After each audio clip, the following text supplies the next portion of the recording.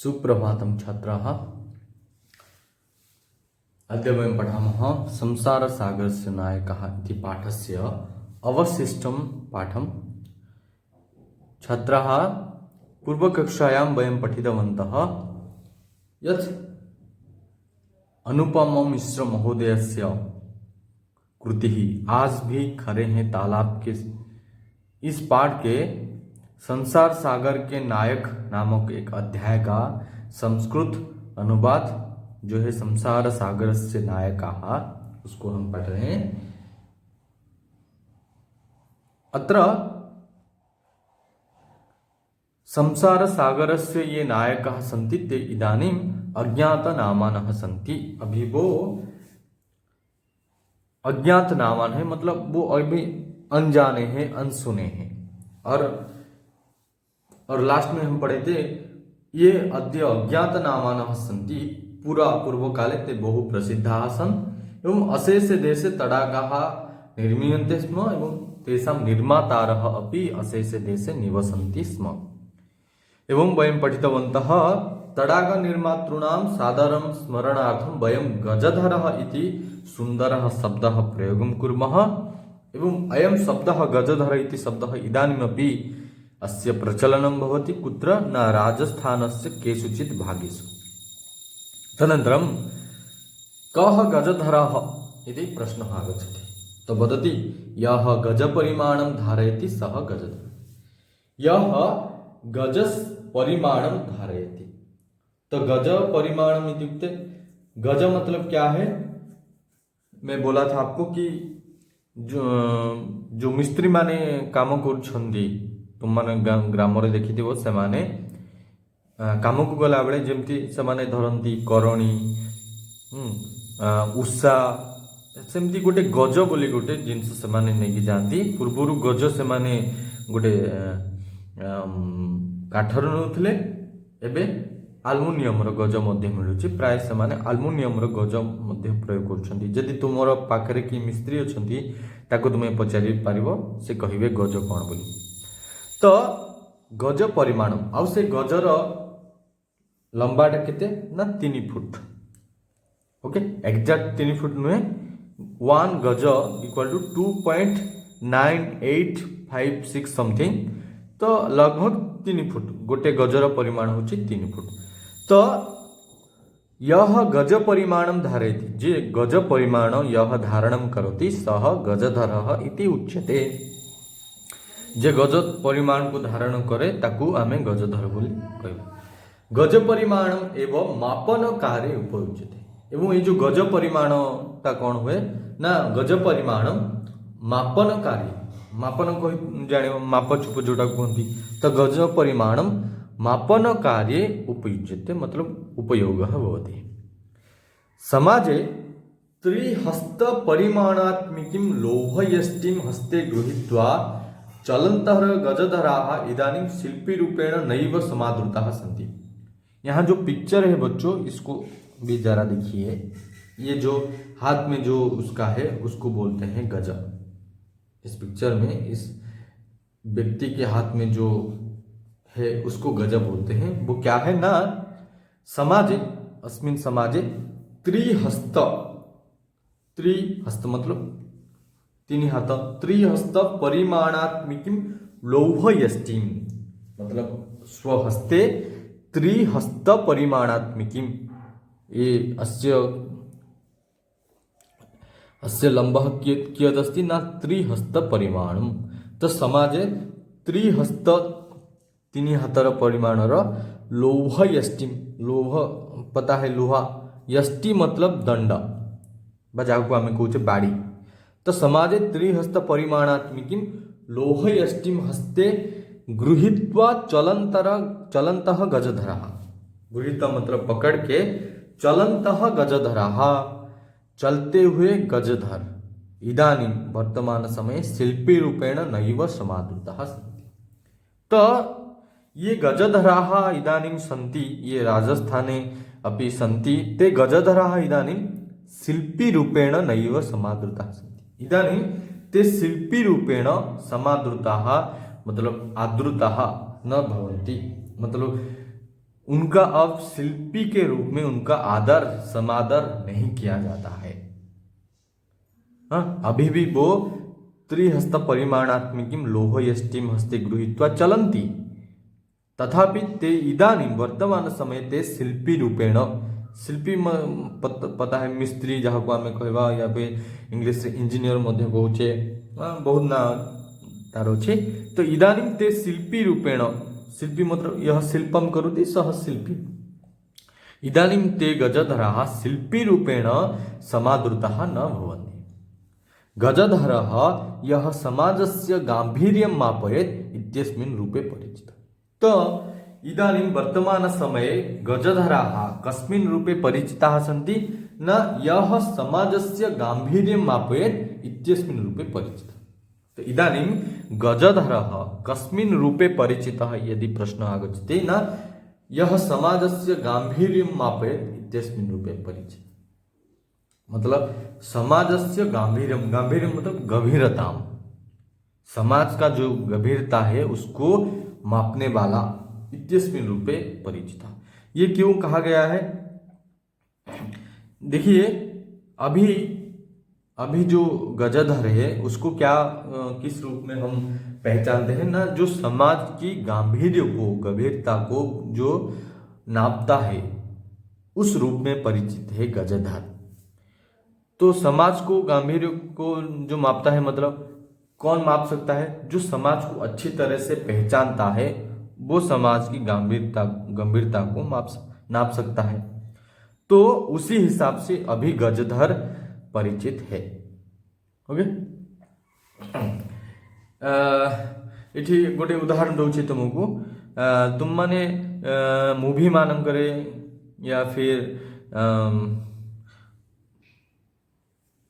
Serial मानकरे देखिथिबो पूर्व कालर जे suppose गाँव रे गोटे झगड़ा होछि, तो जो माने सबू न्याय करने को आसंती, जो माने न्याय प्रदान करती, तुम देखिथिबो प्राय से माने हातरे गोटे बाड़ी धरि थांती, हातरे गोटे बाड़ी धरि थांती। तो सेई दृष्टि यदि सेई एंगल आमे देखिबा तो गजधर एबे समाजर गांभीर्य मापक रूप में परिचित अटे। तो जे सभी समाजर गंभीरता को जानिथिबो से ही उचित न्याय प्रदान करि पारिबो। तो सेई वे रे एठी कहैछि समाज गजधरः यह समाजस्य गांभीर्यं मापयेत् इत्यस्मिन् रूपे परिचितः। ओके, पुनः वदति गजधरस्य विषये।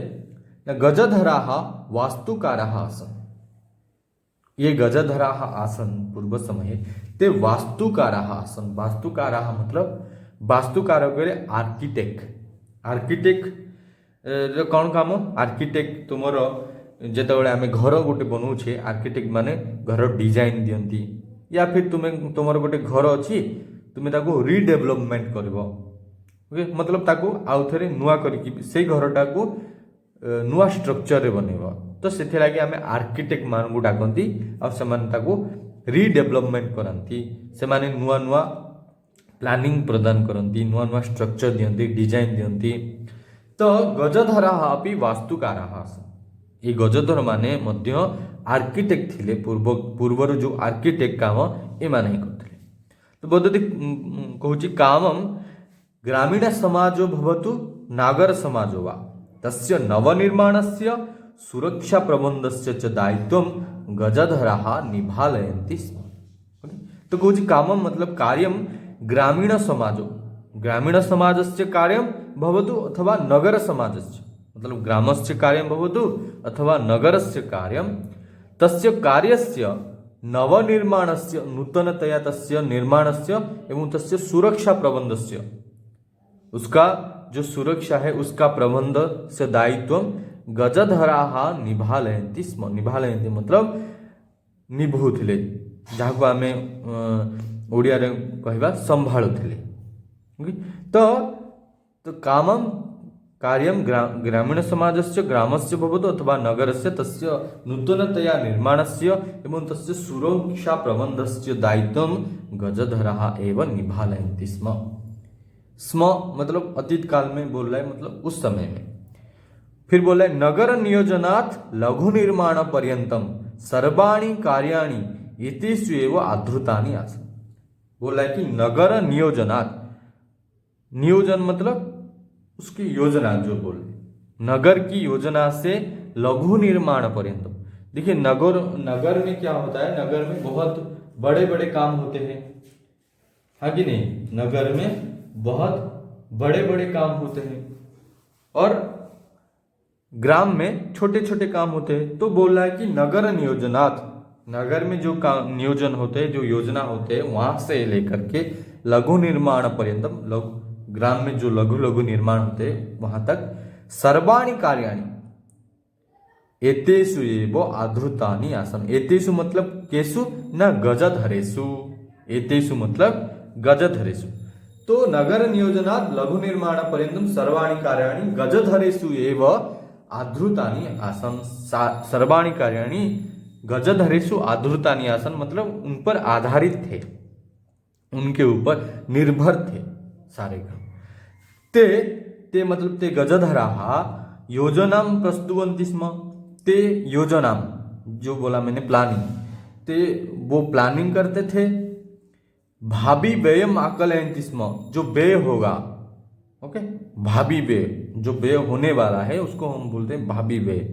ते भावी व्ययम आकलयन्ति मतलब अनुमानम कुर्वन्ति स्म, कितना व्यय होगा, कितना पैसा लगेगा, उसका भी वो अनुमान करते थे।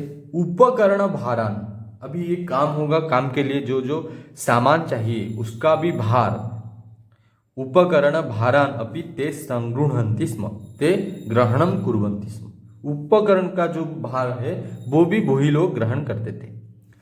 एवं प्रतिदाने, ये सब करने के बाद जो प्रतिदान में, ते न तद याचन्ते स्म यद दातुं तेषां स्वामिनः असमर्थाः भवेयुः। एवं प्रतिदाने ते गजधराः तद न याचन्ते, ते न तद याचन्ते मतलब तद न याचन्ते, तद मतलब वो, ते वो न याचन्ते, वो याचना नहीं करते थे, वो नहीं मांगते थे। यद दातुम, जो देने के लिए, तेषां स्वामिनः, उनके स्वामी, असमर्थाः भवेयुः। तो प्रतिदान में वो गजधर वो नहीं मांगते थे जो देने के लिए उनके स्वामी असमर्थ हो। मतलब समझ लो कि वो किसी गरीब के घर पर काम कर रहे हैं, तो उनको वो उतना पैसा नहीं मांगते थे जितना देने के लिए वो गरीब असमर्थ। तो गजधर इतने बड़े उनके हृदय था कि वो उनके स्वामी को वो नहीं मांगते थे जो देने के लिए उनके स्वामी असमर्थ हो। कार्य समाप्तो मतलब कार्य समाप्ति, जब कार्य का समाप्ति होता था, कार्य समाप्ति अंते वेतनानि अतिरिच्य, वेतन मतलब क्या है ना, सैलरी, काम का जो पैसा होता है। तो कार्य समाप्तो वेतनानि अतिरिच्य, अतिरिच्य मतलब छोड़ के, मतलब कार्य समाप्ति में वेतन को छोड़ के गजधरेभ्यः सम्मानमपि प्रदीयते स्म।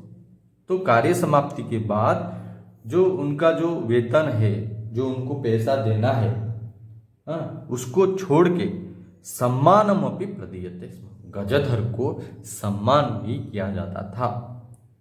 इसलिए नमः एतादृशेभ्यः शिल्पीभ्यः, ये जो गजधर रूप के जो शिल्पी थे, इन शिल्पियों को नमः एतादृशेभ्यः शिल्पीभ्यः नमस्कारः।